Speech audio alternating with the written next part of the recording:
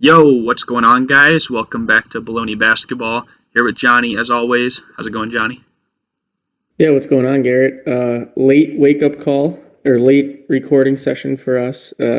Play-in game literally just finished, but excited to talk about it. One of one of probably two or three playing games that was actually good. The rest were just terrible. Um, but this was the most exciting one. So glad that this is what we get to end it on, and now we march into the first round of the playoffs. Yeah, like you said, it's pretty late as I was pointing, not at my big head at myself, but like outside the darkness. So you can tell it's pretty late. Like, the game pretty much just ended. But that's where we're going to start off with. We're going to just recap the play-in tournament. Like we could, I guess, talk about like each game, or we could kind of just like review the teams that were a part of it and like, their experience in the play-in tournament.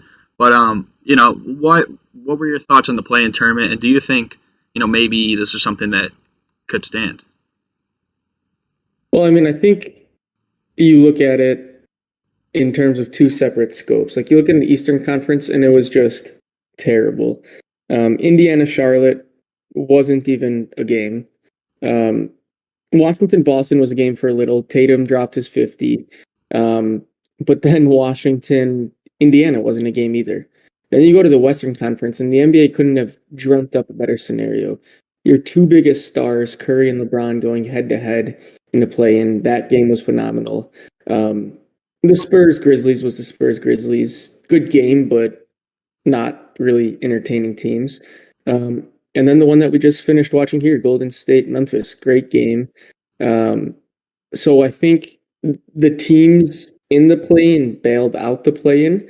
Um, so I think it's here to stay just because of what happened. This is the NBA. This is what the NBA wanted. Um, it makes the later regular season competitive because you have teams still fighting to try to get in. So I think in that respect, it's here to stay. Um, but the Western Conference as a whole certainly was more entertaining in the play-in than the Eastern. Yeah, I mean, pretty much what you said with the Eastern Conference. Nothing was crazy from, I think, what we already expected. Maybe, every outcome turned out how it was supposed to with the seeding. Boston 7, Wizards 8, Pacers 9, Hornets 10. I think, just the game quality in general. Wizards Celtics was a game for a little bit, and then the Celtics in late third, and then also the fourth quarter they kind of just took over. The Pacers, they saw both ends of a blowout, and they dominated Charlotte, and then they got dominated by the Wizards. But I think a lot of it is, it was fun to see, but probably not quite as fun because a lot of the teams in the Eastern Conference had players injured. So it's not like, well, of course, LaMelo was playing. He had just come back, but Gordon Hayward was out. Karis LeVert was out. Jaylen Brown.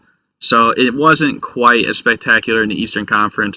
And the other thing is, along with just the West, I feel like, nothing was anything other than what we expected until this game tonight where the Grizzlies and Warriors, and then we finally saw an upset because up to this point, every home team had won every game. So it's like, what's the point in doing a play-in if, the better team's just going to win? It just seems like it's going to be more energy exerted for these lower teams, and then they're going to be more tired come playoff time.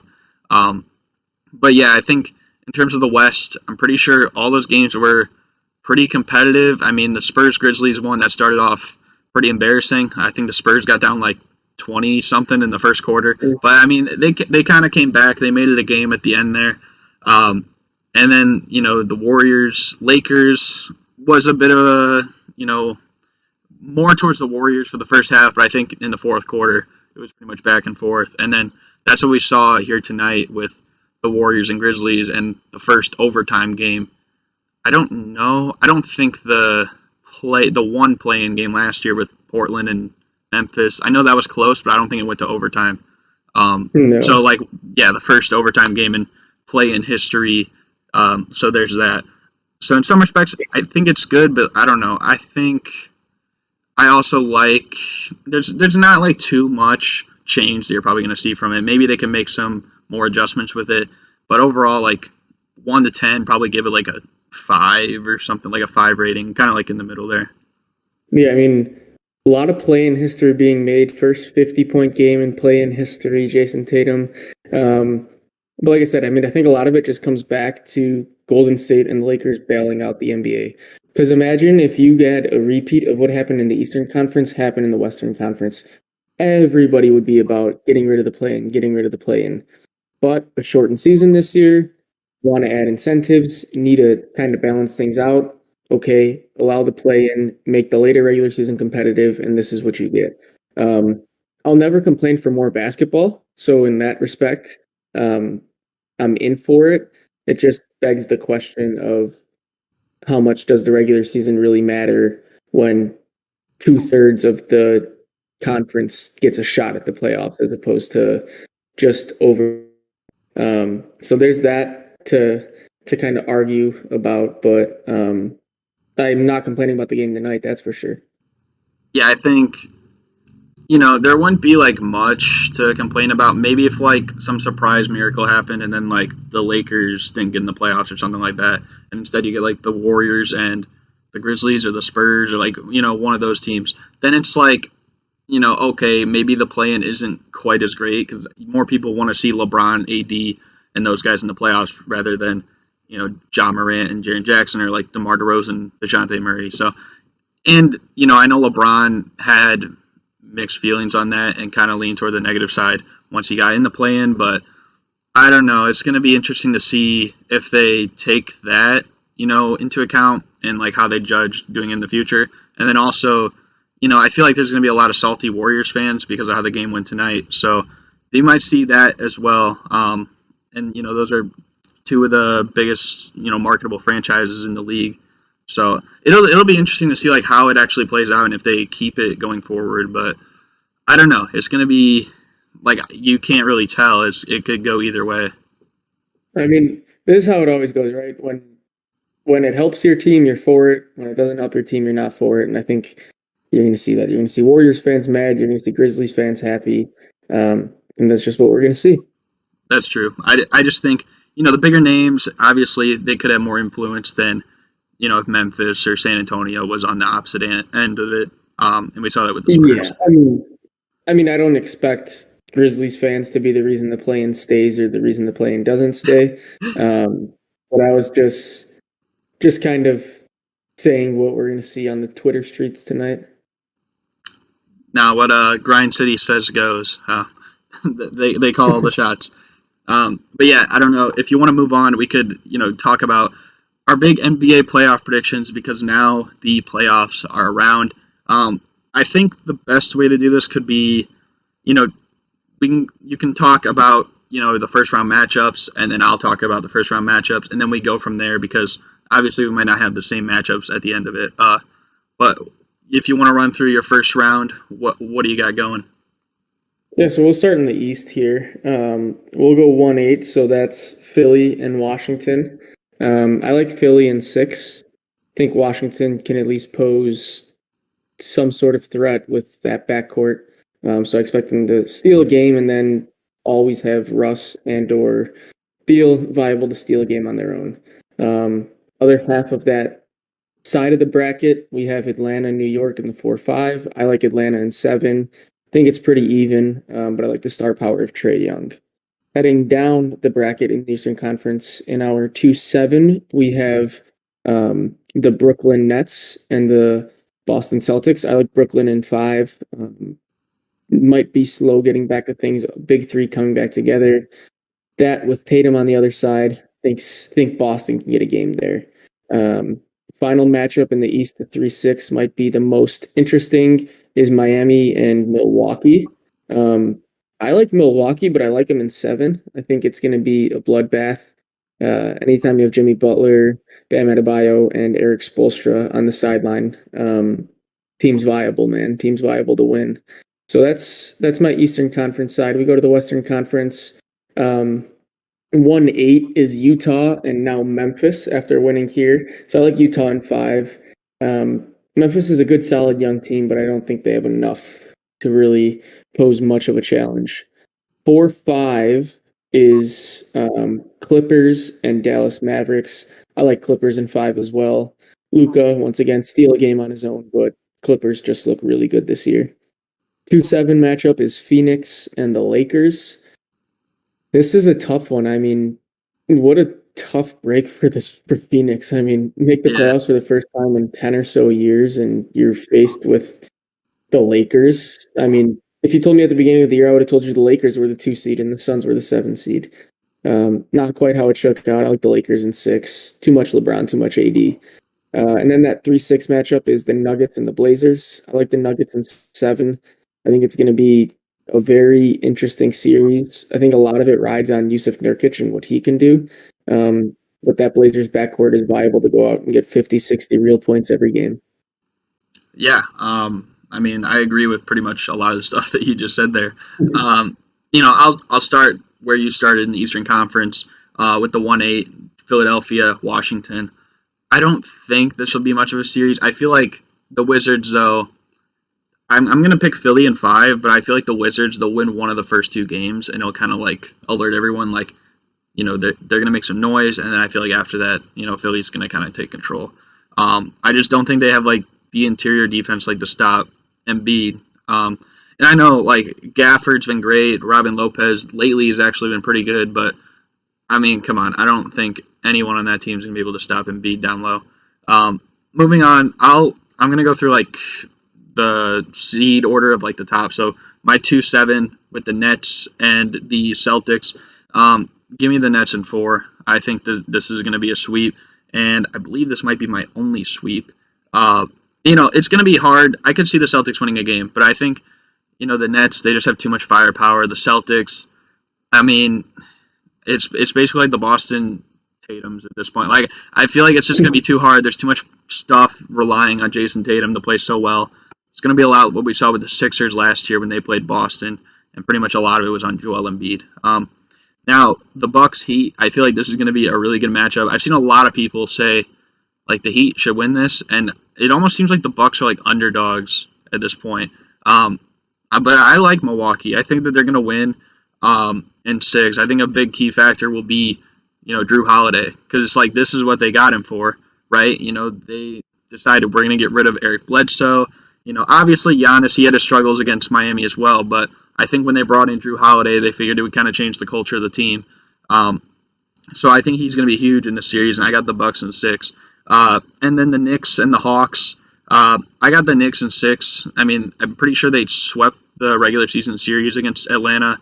They gave Trae Young some problems.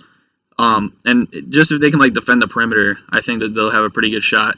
The Hawks, I think one way that they could do well in the series is if they, like, are the ones setting the pace for a majority of the time. Because, the Knicks, they're always, like, a slow-paced team, whereas the Hawks, they're kind of like run and gun. So that might be, like, their best chance. Moving on to the West with the Jazz and the Grizzlies. I got Utah in 5. I think the Grizzlies will get 1 game, especially with the Jazz, having rust on Donovan Mitchell. They might have a better chance if, Dylan Brooks can keep him from getting in, like, any rhythm coming back from injury. So I'll give them that. But, I think Jazz in 5. Suns and Lakers. This is tough, and this is probably going to be the best first-round matchup. I think, honestly, DeAndre Ayton has, like, a huge role in this series because I feel like they're not going to put AD on him to start games, but they will most likely to close games if it comes down to it. So he's got to kind of take advantage of that, like if Andre Drummond's on him or if Montrezl Harrell. So, yeah, but then, at the end of the games, he has to be aware of that as well. But at the end, the Lakers, it seems like they're coming back healthy. But I still think this is going to be a tough series. I'm going to give the Lakers in 7 on this one. Nuggets, Blazers. I actually have the Blazers in 6, which might be a surprise. Jokic, he's going to be the MVP this year. But I look at, the last several times that the Nuggets have played the Blazers and Damian Lillard has struggled, the Nuggets have had Gary Harris and they've had Torrey Craig. Both those guys are gone, and they don't have Jamal Murray on the offensive end. So I feel like they're missing a lot. And, I think one way that actually the Blazers could win, it might sound weird, but making Jokic a little bit comfortable. That might not make sense, but, like, I believe Kevin Garnett was the one who said about LeBron when they played him, like, back in the day, you can, if you're able to, hold LeBron, if you keep him at, like, 40 points, that should be fine. But if he's getting 40 points and 10 assists, you're screwed. So if they're able to like let Jokic do his thing, but they can't let him become like the initiator of the whole offense, then I think the Blazers actually have a pretty good chance. As crazy as that might sound, but I hope that made sense. And then the Clippers Mavericks. I got the Clippers in 5. I feel like just like last year in the series, they're going to aggravate Luka. Seems like he's been getting more aggravated this year than last year, though, of course. And I don't know. I just don't think the Mavericks. I feel like the Clippers are a slightly better team, whereas the Mavericks kind of took a slight dip this year. But I'm gonna take the Clippers in 5. It could go 6, but yeah, I got them in 5, and we can move on to the second round if you want to start it up. Yep, for sure. So we'll head back to the Eastern Conference here. And my first second round matchup is going to be Philly versus the Hawks. I like Philly in 5 here. Hawks provide more resistance to Embiid with Clint Capella, but beyond that, I just don't think there's a whole lot. I think Simmons does enough to kind of take care of Trey, and then outside of that, I just don't think Atlanta has enough. A big series, talk about one of the better series that I envision here, is Brooklyn and Milwaukee. This will test Brooklyn more, but I think Brooklyn gets it done in 6. Just a ton of star power. I mean, that big 3 has so much talent that I think they get it done. Go to the Western Conference, and I have the Jazz versus the Clippers in the second round here. I think Clippers in 5 again. I think the Clippers are just going to come in and do their business. Utah is good, but I don't think Utah is on the level of the Clippers. Heading down the bracket, Lakers, Nuggets. Lakers in 5 for me. Same thing. Like the Nuggets have Jokic, but who do they have to play defense against LeBron and AD? Like they don't have that. What happens when the Lakers go small with AD at the 5? Jokic is going to track AD? I don't think so. He's going to track LeBron? I don't think so, and he's not guarding a guard. So I think it's just a matchup nightmare for the Nuggets. Yeah, that definitely would be. But in terms of my second round, starting with Philadelphia and New York, I'm going to take the 76ers in 6. I feel like they're going to have a lot of problems for Joel Embiid down low, having one of the best defenses in the league. You got, Nerlens Noel down there, who's I think should be, if positions weren't a thing, he'd probably be a top 5 defensive player of the year candidate or something like that. He's been kind of under the radar, but they've done pretty well defensively all year long. But if Embiid goes like Shaq mode or something like that, then they could very well win in like 5, maybe even a sweep. But I'm gonna give them a 6-game series win. Now this next one, I have been looking at this series a lot lately with the Nets and the Bucks. Looking at how they played in the regular season, especially in the past few weeks, they played twice. The Nets, their interior defense is going to be a huge point of emphasis. And I think the Bucks, limiting transition, but of course, they've been a pretty decent defensive team for the past several years now. And I've actually switched my decision from the beginning of the year. I believe I had the Nets over the Bucks. I'm taking the Bucks actually in 7. I feel like that this is going to be a statement series for Giannis as well. Moving on to the Jazz and Clippers, I'm right there with you. I have Clippers in 5. It's going to be hard. Donovan Mitchell, he's kind of missed a lot of time. So coming back into that full form and only having like one series to prepare, which will probably be a short one anyways because it's against Memphis. No offense to the Grizzlies fans out there, but it probably will be a short series. And I think that this is going to be like a big statement as well for Paul George because Clippers never been in the Western Conference Finals before, and how Paul George plays will be huge. Then we go to the Blazers Lakers. I have the Lakers in 6. You might think I'm crazy. I think it really could go 7, but the thing is here is that last year it went 5, and of course the Blazers, they're still not a great defensive team, probably a little bit better than they were last year, but they're definitely more healthy. They're definitely more rested. And at the start of that series, it looked pretty good. Of course, Dame got hurt, and then CJ was playing hurt. Nurkic had just come back from injury. I feel like right now they're playing pretty much everyone on the team is healthy except for Zach Collins, but you pretty much can't count on him anymore. He's basically always on the sidelines in a suit. But I mean, realistically, I'm gonna go Lakers in 6. It could go 7, but if it does go 7, it would be like a 15 or 20 point Laker blowout win type of game 7. It wouldn't even be like it actually went that deep in the series. But yeah, like let's move on to our conference finals and our final four. What you got over there? Yeah, Final Four as sorts. Eastern Conference, we have Philly, Brooklyn, 1-2 matchup. I like Brooklyn in 6. You can ask who's going to stop Embiid, and that's fine. But who's going to stop Curry, Harden, or Kyrie, Yeah. Harden, Durant? It's like everybody keeps saying that. It's, oh, who's going to stop this guy? Okay, that's fine. He can get his, but who's going to stop X, Y, and Z on the Nets? Because that's the kind of matchup they have. So I like Brooklyn in 6. Go to the other side of the bracket, Battle of the LAs. I like the Clippers this year, man. I think the Clippers get it done in 6. Just playing better basketball all around. Paul George and Kawhi seem locked in.